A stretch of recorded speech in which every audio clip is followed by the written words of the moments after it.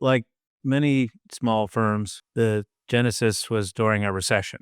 I thought there'd be an awful lot to learn from being on the other side of the table that I could apply to the architecture practice. You gotta be all in on the financing and the schedule and have to make it a high priority.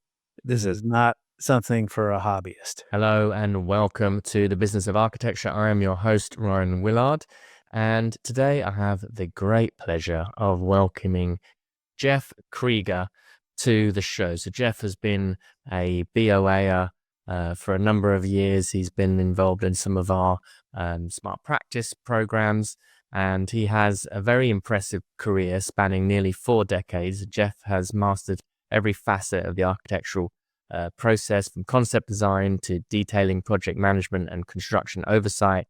His portfolio boasts an array of award-winning commercial, residential, and institutional projects, both in the United States and internationally. In 1997, Jeff established Krieger and Associate Architects, following formative years at renowned practices such as Venturi Scott Brown and Associates in Philadelphia. A registered architect since 1985, Jeff has also devoted over 35 years to shaping the next generation of architects as a design studio tutor at Drexel University, alongside his active involvement in the governance of numerous charitable organizations. As a native of Pittsburgh, Jeff drew early inspiration from the powerful forms and structures of the city's iconic steel mills, an influence that has left a lasting imprint on his approach to design. Today, we delve into Jeff's extraordinary career, the lessons he's learned along the way, and the reflections of nearly 40 years at the helm of architectural practice. And most specifically in this episode, we actually talk about Jeff's venture into development, what happened becoming an architect developer. We look at the debt stack that he used. We talk about the financing. We talk about the acquisition of the plot, how he found the land. We look at all the challenges that he faced. And we look at the end numbers and the very valuable lessons learned from doing such a project, both as the architect and both wearing the developer hat. So this is a really important episode, I think, for anybody who is looking at embarking on the adventure of being architect developer. Jeff is very candid here about the challenges that he faced. There were challenges that he would meet in a different way, and some of the mistakes that he made and would do differently next time. So really, really valuable podcast here. So sit back, relax, and enjoy Jeff Krieger. Now a message from our sponsor. Why settle for switching between multiple design programs to complete a single project? With Vectorworks Architect, you don't have to. Simplify your workflow with a hybrid 2D and 3D modeling environment made to support your work from the pre-design phase all the way through to construction documentation in a single platform. Learn more about the tool that can help you accomplish everything you need with a free 7-day trial of Vectorworks Architect.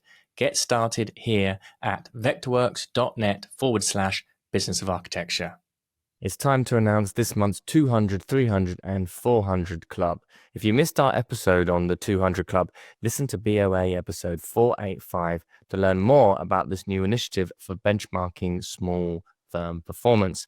So, a big congratulations to our 200 Club members. We've got Marina Rabina, Ramiro Torres, Julia Aria, Philip Liang, and Sean Kakigi, Christopher Rawlins, Jorge Catran, Denise Burke and Jos Bende, Yogesh Mistry, Andrei Nemechek, Ina Boella, Brad Smith, Brad Hubble and Susan Daly, Georgia Giras, Chris Driscoll, and Judy and Larry Apel. In our amazing 300 Club, we have Mark Elster and Christopher Brandon, and our 400 Club members are Drew and Justine Tyndall. So keep up the great work to everybody in the 200, 300, and 400 clubs, and we'll be back next month. We are looking for architect developer stories for the Business of Architecture podcast. So, are you an architect developer with valuable insights to share? We're always on the lookout for passionate voices in the industry to join us on the Business of Architecture podcast. If you're ready to share your journey, lessons, strategies with our global audience, we'd love to hear from you. Reach out to us to explore being a guest on our show and help inspire other architect developers on their path. We'd be interested in hearing your story, whether you're at the very beginning of your development story or whether you have $100 million portfolio of projects already in the bag completed. We'd like to hear from you if you're working with the developers or that you've developed a number of small houses or you're working at a larger scale. Jeff, welcome to the Business of Architecture. How are you? I'm good, Ryan. Thanks. And it's a pleasure to be speaking with you. I'm very excited to finally have you on the show. We've known each other for a number of years. You've been a BOA, one of the BOA cohort for a while, and we've worked together closely. You've also been involved in previous podcasts, such as the one that we did around about the same time last year when we were talking about development, which is going to be one of the main focuses that we talk about today. But you are the founder of Krieger and Associate Architects. You've worked at practices such as Venturi Scott Brown in Philadelphia. You've got 40 years worth of experience in practice. I know you've taught studio design as well as at Drexel University. That's right. We just had our fall final reviews last Saturday. So a pretty comprehensive career in architecture, and you've got the business wisdom as well to back it up. And you're always a fountain of knowledge to speak with. So we can talk a little bit about the practice. And I think one of the main focuses that we want to go into today is the lessons learned from your excursion into architect developer. So welcome to the show, and perhaps we'll start talking a little bit about your own practice, and you could tell us how you got started with your own practice, and then we can move into talking a little bit about why you decided to do this development project and what was involved. Okay, great. So like many small firms, the genesis was during a recession, and I was laid off from working at Venturi Scott Brown. And at the time, this was the early 90s, there were no architectural positions available. I was probably the last person laid off after having worked on the Sainsbury wing in the National Gallery for a number of years. Ah, very good, very good. I know it well. Yep. And after having worked at a firm like Venturi's, I just couldn't imagine another local firm that I wanted to work for. And even if I did, they weren't hiring. So I always wanted to have my own firm. My father ran his own company from the time he graduated from college. And I just decided that since there were very limited other options, I would start working on my own. And after a few years of being in the basement and drawing everything myself, I finally developed enough of a clientele to hire a few people and move out, and been building a generalist practice ever since. Tell us a little bit about working for Venturi Scott Brown. I mean, this is one of the sort of, one of the most important practices of the last 50 years, 100 years or so. Pretty prolific in terms of ideas and architecture and influence in the architecture world. How was their business run? Well, it was an incredible place to apprentice. They were working on projects, across the globe, getting published. Everything they touched was, deemed to be important by the architectural press and cognoscenti. And it was just a thrilling place to be. The level of attention to detail was amazing and probably not replicable in very many firms anywhere. Just the time that was spent fretting over the tiniest detail was remarkable. And the staff that was there were all highly qualified and all very supportive of Venturi Scott Brown's ethos. Bob Venturi worked all the time. There was very few hours when we were there and he wasn't there. So we never felt as though we were being taken advantage of, even though we were working pretty long hours, because he was always there, and there was a competition in a way to get Bob time. But it was the highlight of my early career. Amazing. And in terms of like how they were winning work, or kind of, I mean, obviously they were, pretty extraordinary in terms of their ideas and how they communicated, and how did they win work? Was there a lot of competitions, or? A lot of competitions. I'm sure you're very familiar with the Salisbury Wing Mhm. competition and the Prince Charles's interventions. Well, yeah, because we had Richard Rogers obviously had a very interesting design that was poo-pooed by Prince Yeah. Charles, and So it was through competitions and also just through uh, college uh, presidents, like patrons in a way. Mhm. I mean, so they started getting work at Princeton, where Bob had an undergraduate and graduate degree, and that just led to more and more university work. But a lot of it was through design competitions. Right. So when you set up your own practice, what was your kind of ambition? And obviously, you've got a beautiful portfolio, a lot of amazing kind of private residences that you've done over the year. But what was your ambition? Did you have an architectural vision, or a business aspiration? My business aspiration was to pay the bills.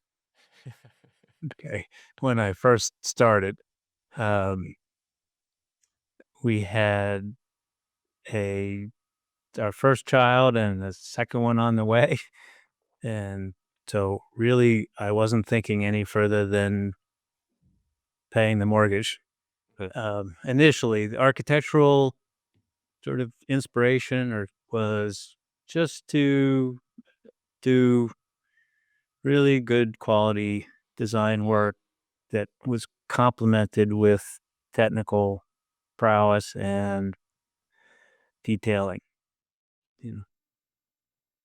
Now, you you recently embarked on doing your own development. Mhm. So kind of wearing the hat of architect and developer, and kind of doing a spec home. And this is probably one of the most popular aspirations that we hear from architects around the world, Right. is they want to be developers. And and for obvious reasons, a kind of client-free project, being financially rewarded for your hard efforts. Um, it makes sense. And also, I would make the assertion as well that architects, in a kind of broader sense, are actually very good at being able to be propositional, in the sense that an architect can go and look at a site and can think of a very good program for how that site is used as part Mhm. of our, that's part of our training and the architectural skill set. Whereas usually in real practice, we're kind of given a very predefined business agenda from a client, which we then have to fit into, and that's often where there's a lot of kind of friction points. Yep. So before we go into the actual development in itself, what did you how because you did it recently, so clearly there's a long period where you didn't do it. Yep. And so what was the reason? What took you so long to get your feet wet into doing it? And where did you feel you had to get the business to be able to do it? So, Ryan, I'd say development was something that I had an interest in Mhm. from a relatively early age. And when I say that, I mean in terms of starting working in an architectural office, not as a young child. And I almost bought a building in Pittsburgh where I went to work after college. And I think, like, I looked at it, I thought about it, I wanted to do it, and I was just too risk averse at the time. And part of it was due to just the lack of capital to undertake a project, which would have been very modest, but relative to my salary at the time, it was just deemed to be just too risky. Yeah. Right. And that's what I think one of the themes you'll hear as we continue this conversation is the risk versus reward. Yeah. And I just kept an eye out for properties that might want to be developed. And it seemed like whenever I got the itch or the urge to purchase a property and do a development deal, I didn't do it again because I was just fairly risk averse. And then there'd be a recession. It was like pretty much a predictor that if I got serious about becoming a developer, that was a clear sign that a recession was right around the corner. Okay. And so after going through a few business cycles and not pulling the trigger, and then seeing that I would have taken a complete bath, I decided for a number of years that it just wasn't in the cards for me to play developer, that it wouldn't end well. Yeah. And just an opportunity came up in 2020, just very unexpectedly. And I thought to myself, without a lot of thought, really, just, okay, you've wanted to do this for the last 30 some years. You've shied away. You're in a better financial position today than you've ever been in before. If you're going to do this, now's the time. And I made a somewhat impulsive decision to bid on a property that had been brought to my attention by a local realtor. And so was it a vacant lot, or like So something that to there's demolish a it? house just a couple blocks from our office. There was a house with an extra separately deeded lot that the sellers were putting up for sale. They hired a realtor. The realtor was a good friend of mine, and she contacted me to find out if there were any encumbrances on the lot and could it in fact be developed and sold separately and developed. So I was put in touch with this property with the intention of just saying, look at the zoning code, and yes, it's a buildable lot, or you know what, it's really, you can't build on this due to local zoning restrictions. And I did the research on the zoning and determined that it was a buildable lot. And when I called the realtor back, I said, yes, you have a buildable lot, because she just wanted to determine what the value was for the lot and the house. And obviously the value would increase if the lot were buildable. I told her, you have a buildable lot, and I'd like to buy it. Great. Now, your kind of practice experience up until this point has been largely residential. So I'm assuming that like the kind of design aspects of it, there's a whole professional aspect of this that you were just feeling very, very comfortable with. Indeed. I mean, we've done a lot of educational and institutional projects as well, but the primary focus for the last dozen years was custom residential. And we've done a lot of renovation addition work in and around our immediate neighborhood and new builds up and down the East Coast. And so what sorts of things were like a kind of risk or a challenge that you've seen as an architect working with developers or new build house builders in the past that you were kind of making sure that you wanted to avoid? but most all of our residential work was for end users. We really didn't do much development work. So I wasn't that attuned to what could go wrong from the developer side. On residential work, we had seen this happen on some commercial institutional projects where the developer just, runs out of money before the project is completed. Um, but that really wasn't a concern of mine since I was going to be the developer. Um, the bigger concerns were just about finding the right builder and controlling the costs to turn this into a profitable venture. Mhm. And how had you set up the finance? Was it something that you'd just been putting money aside for and you had it all ready to go in terms of savings, or did you have to leverage it as well? Leverage for sure.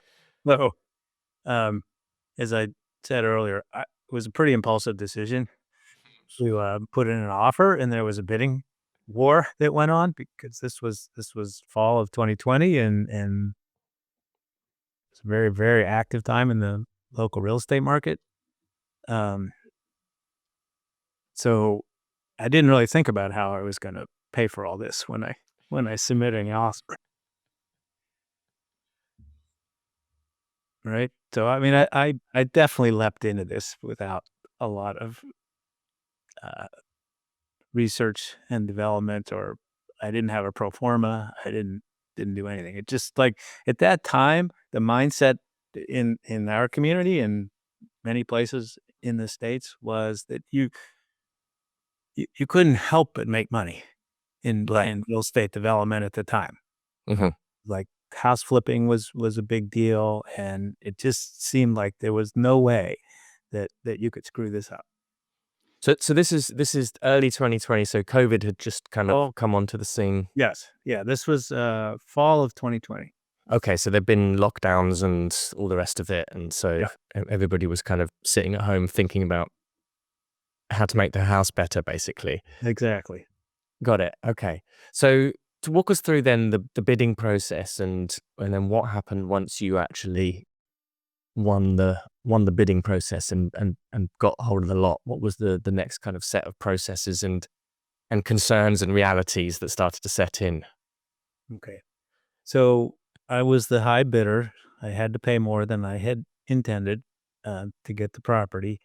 And then I had a house to sell because I had to purchase the house and the lot and sell the house.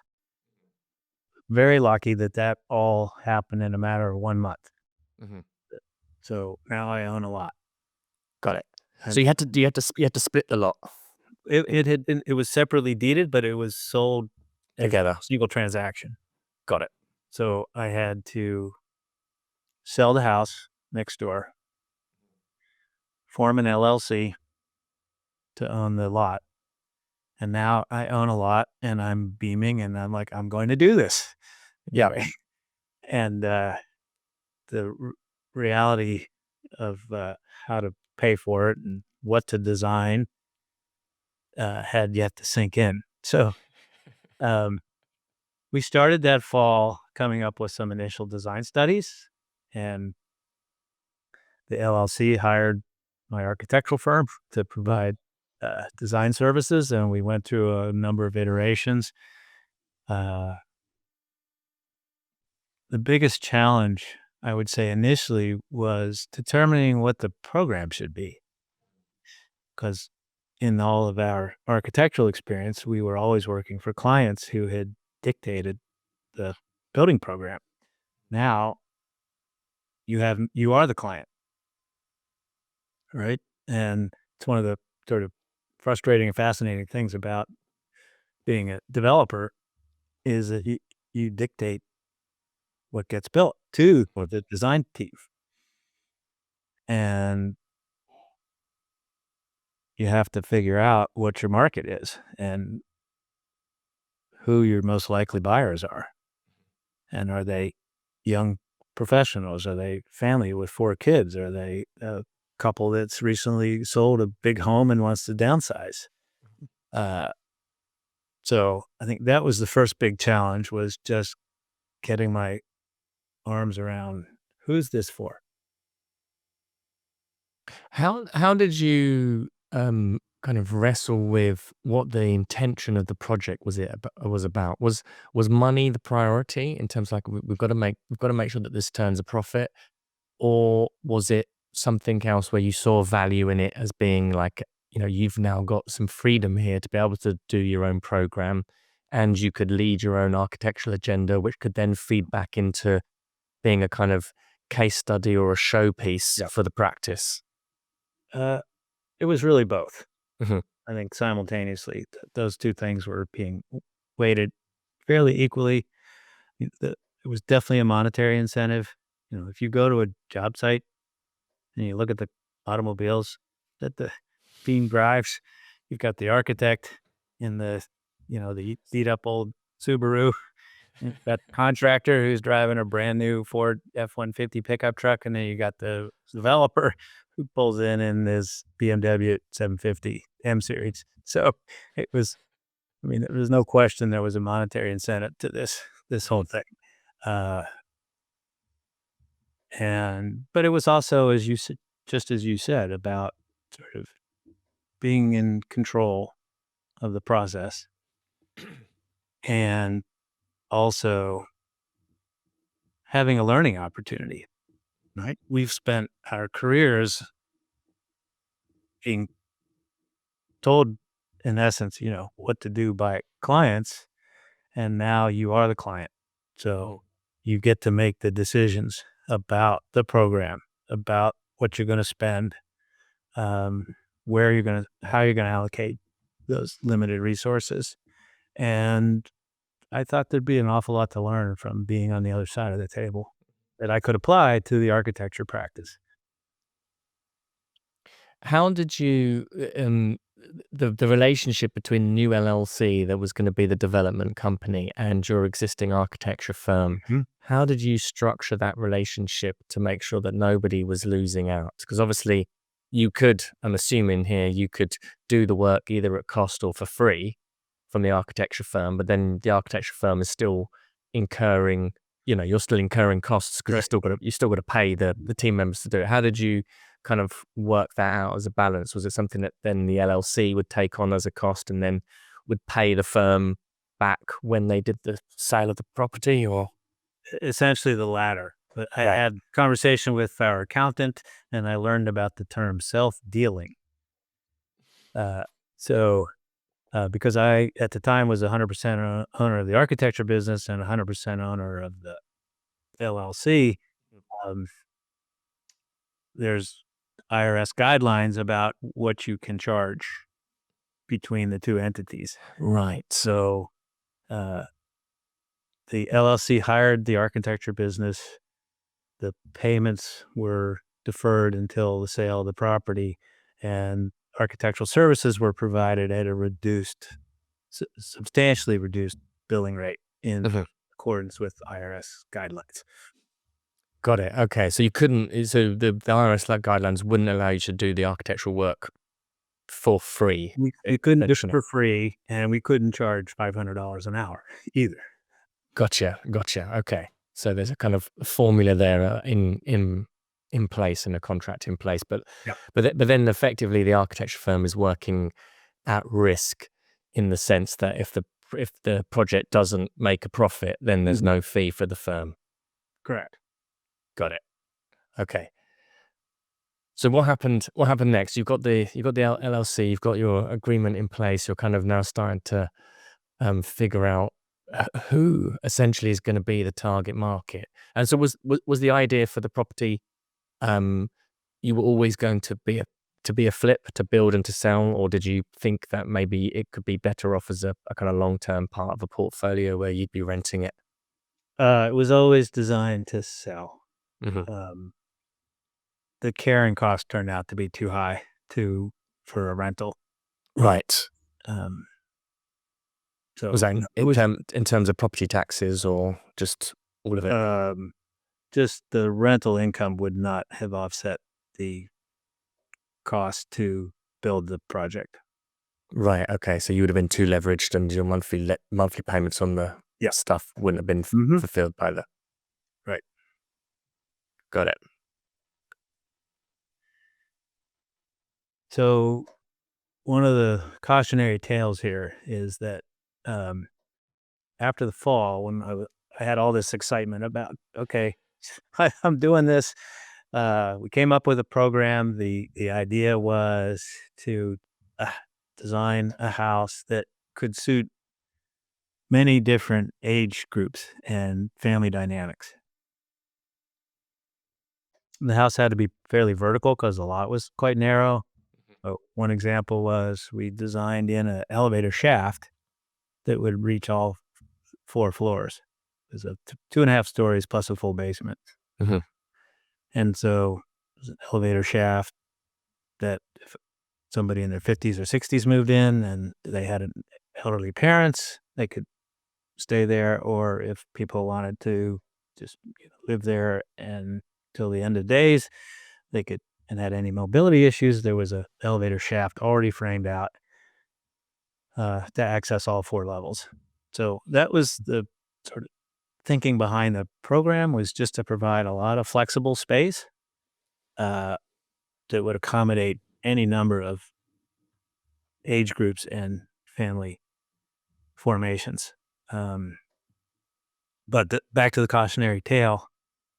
So our office got really busy in 2021. And which project do you think got shunted aside in favor of other higher paying and more demanding clients? Your project. Right. Okay. So it sat for a while. And that, in hindsight, turned out to be not a good strategic move. But we did pick up the design later and permitted it the following fall. So fall of 2021. And that was when COVID was in full force and effect. And we had an extremely difficult time getting the city to approve the zoning and building permits, simply because they were understaffed and not non-responsive. Everybody was working remotely, and the permitting process was just an utter disaster through no fault of ours. It took us almost 7 months to get a zoning and building permit for a single family residence that required 0 variances. Right.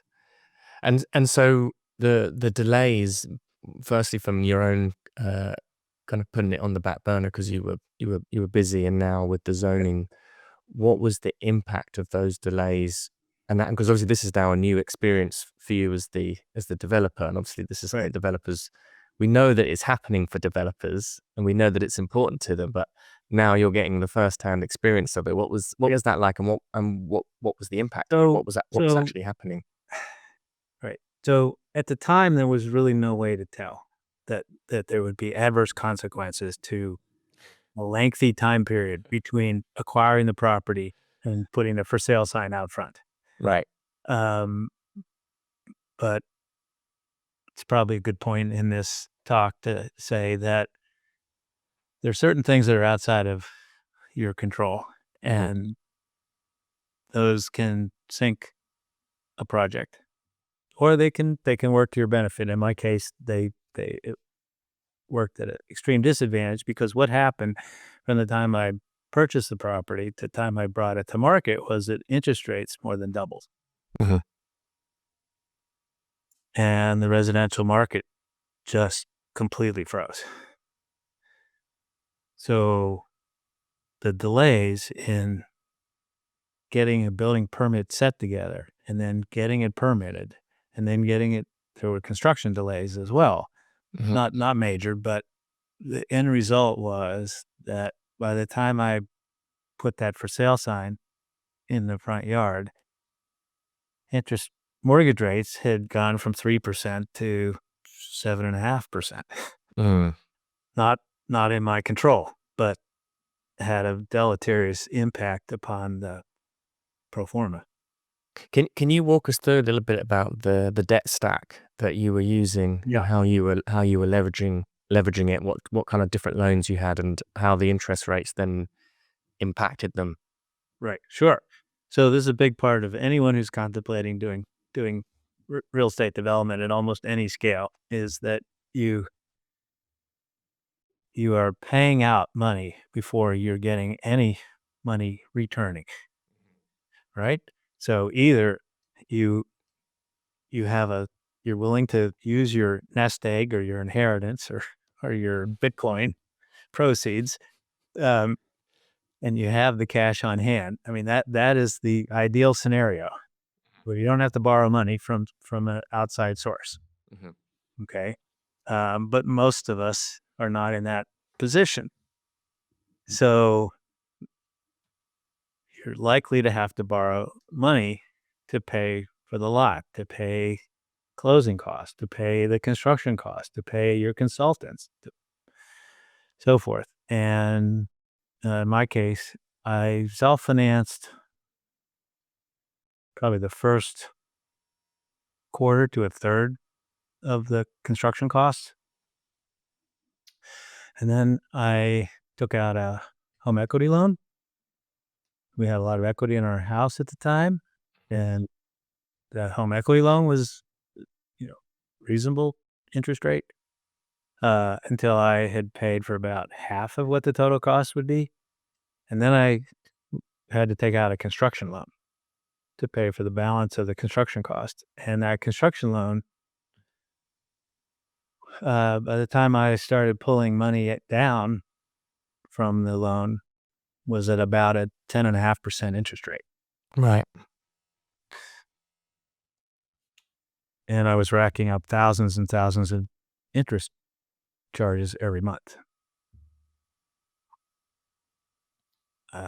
So that's when you start waking up in the middle of the night and asking yourself, what the hell are you doing? Yeah, and I guess as well at the time, that point in COVID as well, you've got the complications with supply chain and building material costs just unfathomably increasing each week. Yeah. Yeah. We kind of hit the tail end of some of the supply chain problems, and the Right. lumber pricing had uh, spiked and then come back down again. So that wasn't, we didn't end up spending a massive amount of additional money on the construction costs, because we didn't actually start construction until fall of 2022. Mhm. So at that point, COVID stuff had settled down somewhat. But it also, again, another one of the delays was in finding a builder and structuring the builder's contract, Mhm. because the builders were really, really busy coming out of the shutdown. In was early 2022, all construction was stopped, and residential construction was stopped in our area. But when it resumed, then all the builders got incredibly busy, and so it was another several month delay in getting a builder under contract. So with the project, then you've got a quarter of the finance in cash. You've got a home equity loan, so you've kind of remortgaged your house to pull money out of that and to finance this, and then you've got a construction loan on top of that as well. So there's kind of quite you're all in at this point. Yes. And and so you didn't think about going in with another partner or another architect, or it just wasn't Uh, appropriate. I thought about it Mhm. several times, but I just decided that I didn't want to dilute the proceeds of the sale, Sure. and I didn't want to have to answer to somebody else. Mhm.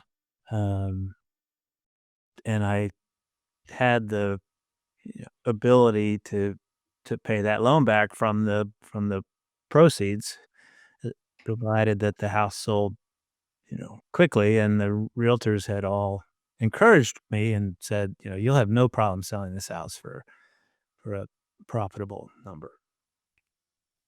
Got it. Okay. So in terms of the working out your kind of the gross development value at the end of at the end of the process. How did you work that out? Was that based on real estate brokers' advice, or did you guys do your own? What kind of research were you able to do? So I did a pro forma and estimated most of the costs. I learned later there were a few line items that I didn't know about. And worked with a realtor to establish an outsell price. Mhm. We worked pretty closely with the realtors. We showed them plans. We got their input about number of bedrooms and whether or not there should be a 1-car or 2-car garage, etc. So that, in essence, was our market research, was working with a local realtor who had the pulse of the neighborhood, and that's how we came up with the sales price. Got it. And was this all part and parcel of the sort of package that you were then presenting to the banks for either the home equity loan or the construction loan? Yeah, and they did their own appraisals Right. as well. But because for the construction loan, I was only borrowing a fraction of what the total cost was. I didn't have any difficulty getting the loan. Got it. Got it. Okay. So you're deep into the project. It's been delayed. You've now got kind of tricky zoning approvals to be navigating around. When did you manage to get on site, and what happened next? We started digging in, I think, fall of 22, and things went pretty well. There were a few unforeseen conditions that we had to contend with because this lot had been vacant since 1901, and there were some 19th century buildings in the vicinity with some remnants on the underground, but nothing terribly disturbing. And the build went pretty smoothly, and that was one of the most enjoyable parts of the whole project for me. Was I was on site a lot. I had that enthusiasm that I had as a young architect, seeing like your first design being framed. And so I was there. I'd stop by every other morning and take pictures and chat with the crew, and um, that was just exhilarating to see this thing come up out of the ground and get framed and topped off and closed in, and just every step of the way, it was sort of reminded me why I became an architect. Mhm. Did you find that actually that now the process, like the actual design process, was streamlined in a way in terms of what you needed for contract documents or any because you're so much more involved in it from a client perspective? Did it make the architectural process any more streamlined, or was it still the same sort of amount of information that you'll be doing for? Similar, but slightly less detailing. But we still had to hire structural engineers and work out coordination issues with the HVAC systems, and but we probably detailed it a little bit less. I subbed out all the interior cabinetry, Mhm. and sometimes we would have done that ourselves. Right. The set was probably not as many sheets had it been for an end user, but Mhm. it was close. You mentioned earlier that there was a number of line items that you hadn't taken into account in your original pro forma. Were these things that showed up in the construction or later on? A few in construction, more had to do with like the cost of getting a construction loan. Like, Right. Okay. So the actual cost of the finance itself. cost of the financing was something I had really underestimated. Not just the interest rate, but the fees and the points and the recordings and fees, and there's so many little things that went along with acquiring that construction loan. Can you walk us through a little bit about that, those sorts of fees and how they end up getting calculated? Or is it something more that you just realize that you've paid for them, and when you look at the spreadsheet at the end of the project, you're like, whoa, So that's they came up as we went. Mhm. Um, we had there's additional permits that we didn't know about that typically the subcontractor would pay for. Like you have to close the street to do a water line connection, Mhm. right? And so you have to pay the water department. Well, that's normally borne by one of our contractors or subs. We don't always see that charge, but now that bill's coming to me. The like crane rentals. Right. I essentially had a cost plus agreement with the builder, and I paid so this may be of interest to your listeners. I was able to negotiate a deal with a builder whereby I paid the builder a fee to manage the project, but I paid all the material bills and subcontractor bills. So that brought my construction cost way down. Was he doing the purchasing, or did you have to do the purchasing? He did all the purchasing, Mhm. but I paid all the bills. Right. So none of the cost ran through his books, Right. Okay. right? So he was essentially paid a management fee. He was like a construction manager instead of a contractor. So he didn't have a markup on Right. labor or materials. So that drove my construction cost down significantly. But finding somebody who's willing to work that way is not easy. Yeah. But that prior example, like we had to rent lifts to get drywall up to the second and third floor, and one of them broke down. So we had to get another lift, and just dumpsters. It just goes on and on. There's all these things that you see on a application for payment that Right. don't necessarily register the same way when you're the one paying the bill. Yeah. Got it. Yeah. And so now you're doing every last little piece of things that the contractor would normally just kind of absorb in his overall Right. cost. You're kind of. Did it still work out cheaper? You doing it the way that you The doing it that way? construction cost turned out to be very low relative to what we would have paid what one of our clients would have paid a builder Mhm. to do the same job. Yes. And is that typical for the developers normally do that? Or they normally have a kind of standardized contract with a GC? I think they probably tend to do a standardized contract, but this also gets to the issue of scale. Mhm. So this was a one-off project for me, Yep. and there was, it was one house. So there's no economy of scale to a Right. project like that, and it's going to be more expensive than if you're building 4 townhomes, Mhm.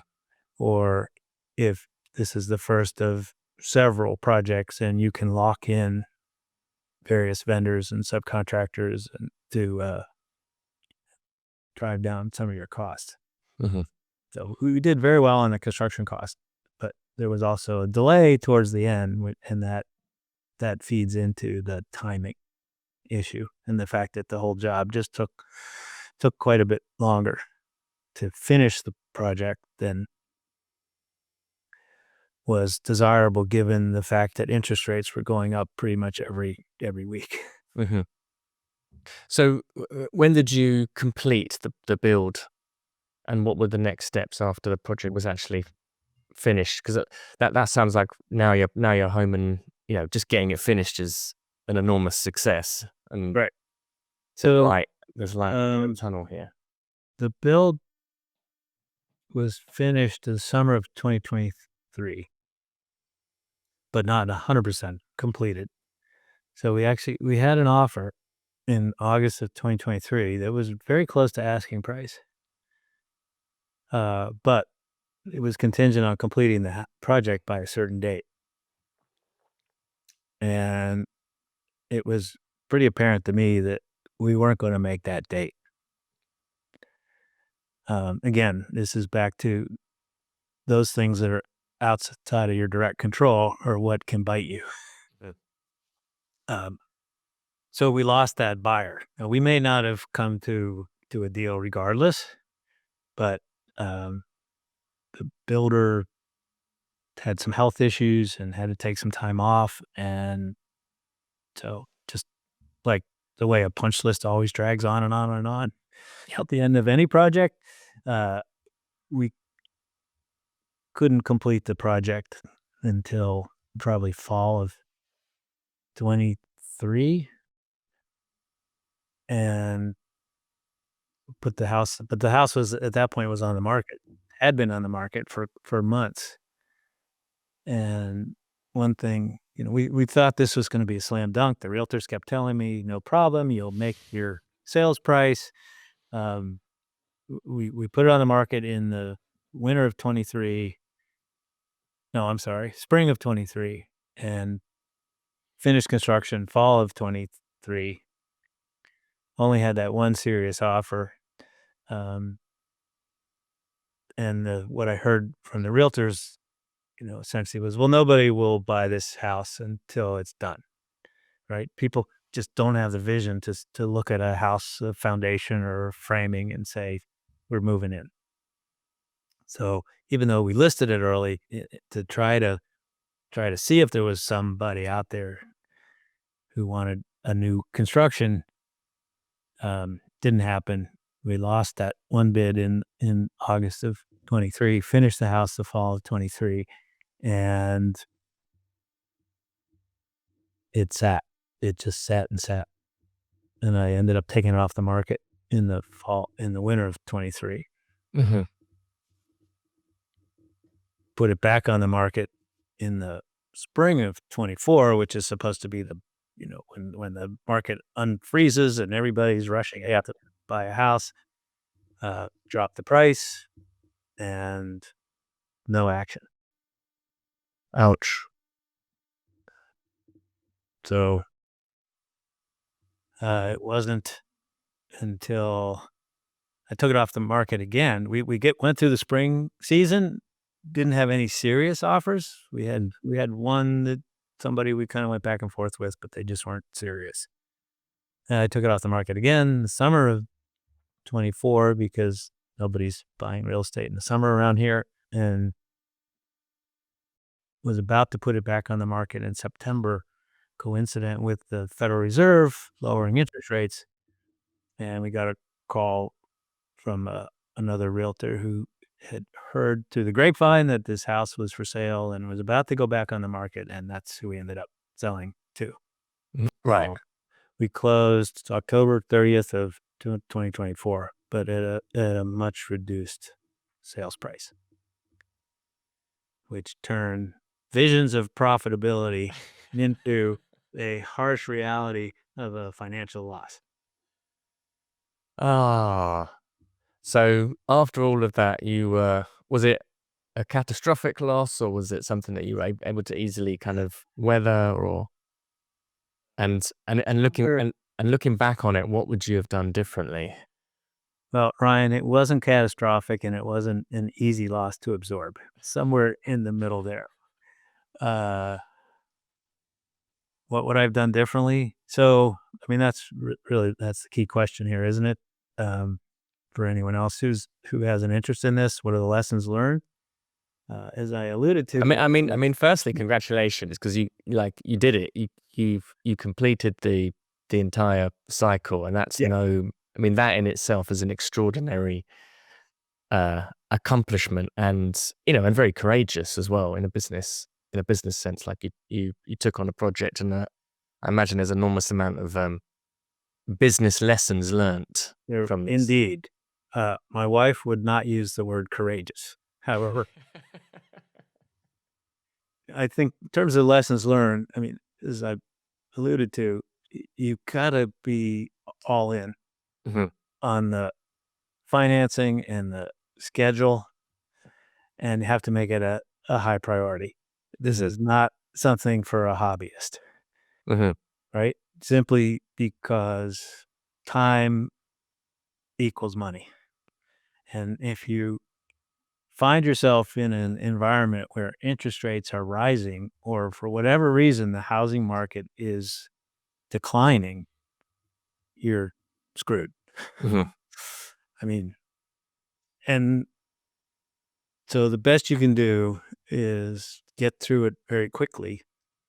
And if you lose, you lose, but at least you've minimized the adverse impact of external factors. Mhm.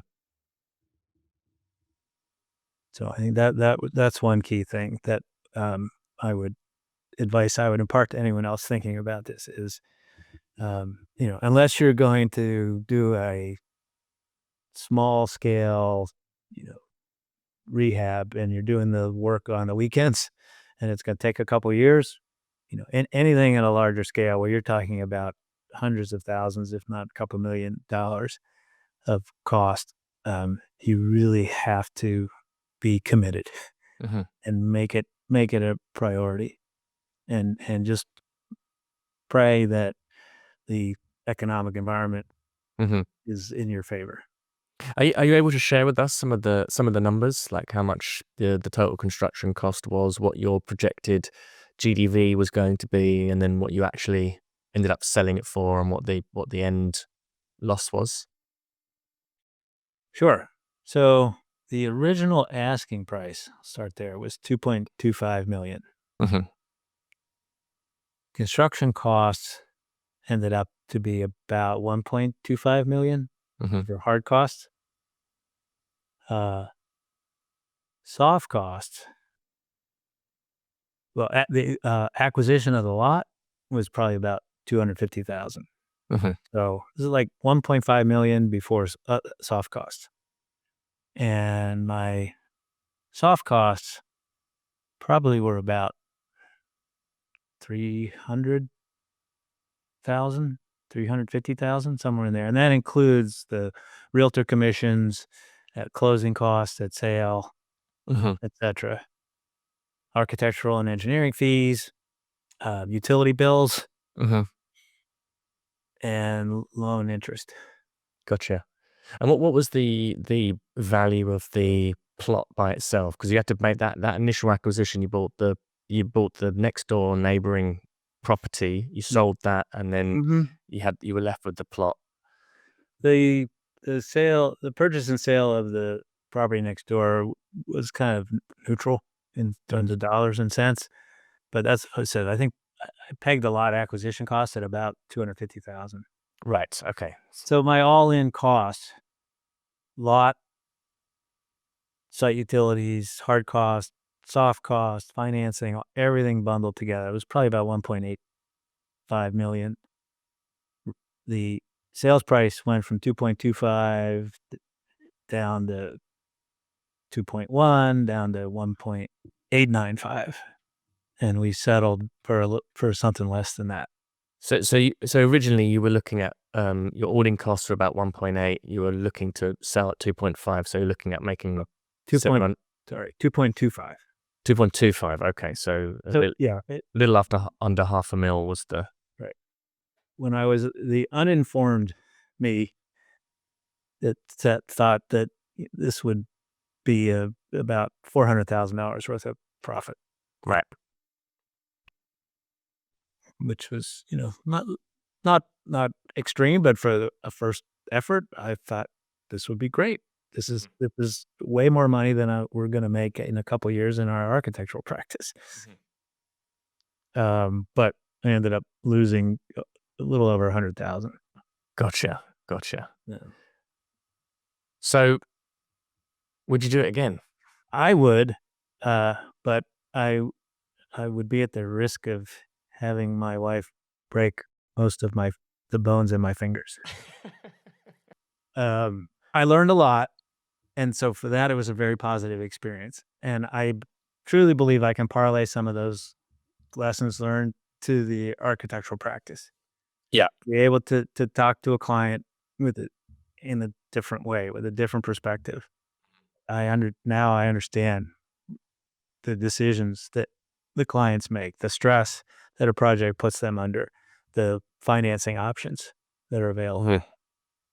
Um, that I think that's valuable.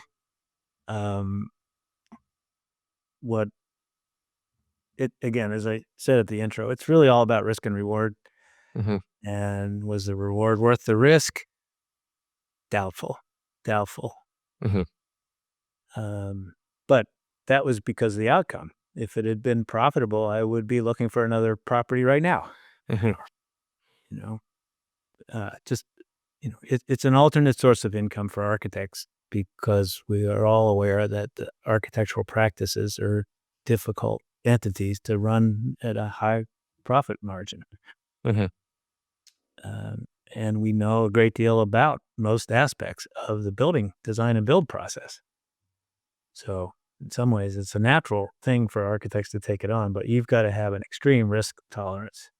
I definitely felt the stress of getting a statement from the construction loan entity saying, "All right, this is how much interest we have to pull out of your reserve this month," and it was keeping me up at night.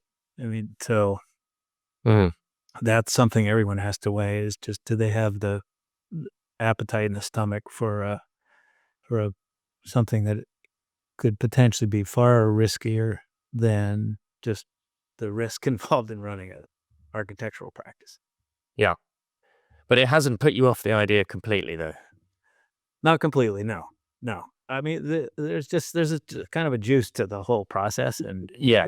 being the person in control of the project and uh, working on the numbers, and there's a certain element of deal making to the whole thing that I found sort of engaging and exciting. But the downside risk is high, Mhm. and the real estate market here is still not really unfrozen.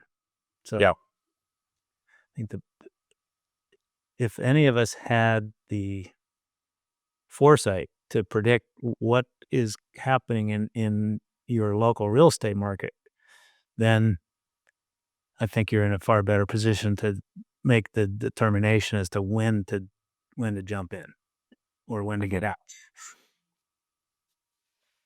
Uh, It's interesting in with there's the financial loss, but there's a lot of business lessons that have kind of you've gained some very valuable experience both from understanding the perspective of developer clients or even residential clients for that matter. Like you know what they're what they're dealing with and the stresses that they're dealing with.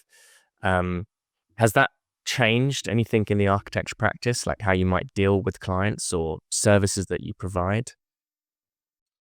It hasn't changed the services we provide, but I do mention my experience as a single family real estate developer when we're seeking new residential work, Mhm. right? I think there is a marketing advantage there to say that we've been in your shoes. Yeah. We know what you're dealing with. We know better what your concerns are. Mhm. Uh, And did the project fulfill on, say, some of the architectural intentions that you wanted to be able to explore and communicate, and has become in itself an architectural case study? to a certain extent, I probably did not design the house I would have designed for myself, Mhm. right? This was not an exercise in getting published Mhm. in the, or getting design awards. It's a very attractive building. It has a lot of great functionality built into it. I'm proud of the outcome, but um, I didn't go into this as an ego boost project because for me, the risk of doing that was higher than I was willing to take on because the house I would have designed for myself or for the design awards or for would was would not have been as well received in the local market. Yeah. So it would have made the sale even more challenging. Exactly. Right. Yeah. So we were going for a very broad swath of potential buyers as opposed to that that, special person who really is looking for a high level of design. Mm-hmm. Is there, going back to the very beginning of the process with the actual acquisition of the lot, is there anything you would do differently there? Because you mentioned at the very beginning that you were you were in the bidding process, and it was kind of quite spontaneous. And I know a lot of developers there, they front load a lot of their strategies with the kind of, below market value acquisitions of sites or lots and properties and things like that. Right. Is there a different strategy that you'd employ at that very front end to kind of protect the back end? Not at that time. I mean, you have to realize that in the fall of 2020, houses in our neighborhood were being listed on a Thursday and sold above asking on a Sunday, Right.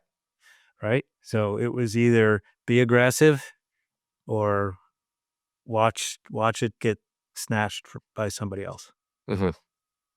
you know. But whatever I spent over and above the original asking price for the house and lot was not significant in terms of the overall financial performance of the project. I didn't spend crazy money buying it. Yeah. But if you want to, if you can find it was still a deal, I will say, but there are virtually zero lots in our neighborhood. We're in a very highly developed urban community, and to find a lot to build on happens maybe once or twice a year. Yeah. So it's not easy. They're high The other demand incentive. pieces. Yeah, it was like, okay, everything is aligning here for you to buy this lot. Yeah. Brilliant. Excellent. Well, I think it's a perfect place for us to conclude, Jeff. That's so insightful. The kind of behind the scenes of what happens and the sort of lessons learned there for an architect working in development. So thank you very much for being on the show, and that was absolutely brilliant. Oh, thanks, Ryan. I appreciate the conversation, and I hope that I have both inspired some other people to take this on and told a tale that may cause others to pause and decide this is not for me. Well, I look forward to having you back on when you talk about your second project. Okay. That's great. All right. Thanks, Ryan. And that's a wrap. Hey, Enoch Sears here, and I have a request since you are a listener here of the Business of Architecture podcast. Ryan and I, we love putting this podcast together. We love sharing information as much as we can glean from all the other industries that we're a part of to bring it back to empower you as an architect and a designer. And one thing that helps us in our mission is the growth of this podcast, simply because it helps other architects stand for more of their value, spreads the business information that we're sharing to empower architects together so architects, designers, engineers can really step into their greatness, whatever that looks like for each individual. And so here my simple ask is for you to join us and be part of our community by doing the following: heading over to iTunes and leaving a review of the podcast. And as an expression of our sincere thanks, we would like to give you a free CEU course that can get you one professional development unit, but more importantly, will give you a very solid and firm foundation on your journey to becoming a profitable and thriving architect. So here's the process for that. After you leave us a review, send an email to support@businessofarchitecture.com. Let us know the username that you use to leave the review, and we will send you that free training. On the training, you'll discover what 99% of architecture firm owners wish they would have known 20 years ago. And the other 1%, well, they just didn't even know that they didn't know. Head over to iTunes and leave us a review now. Now a message from our sponsor. Why settle for switching between multiple design programs to complete a single project? With Vectorworks Architect, you don't have to. Simplify your workflow with a hybrid 2D and 3D modeling environment made to support your work from the pre-design phase all the way through to construction documentation in a single platform. Learn more about the tool that can help you accomplish everything you need with a free 7-day trial of Vectorworks Architect. Get started here at vectorworks.net/business of architecture. The views expressed on this show by my guests do not represent those of the host, and I make no representation, promise, guarantee, pledge, warranty, contract bond, or commitment except to help you be unstoppable.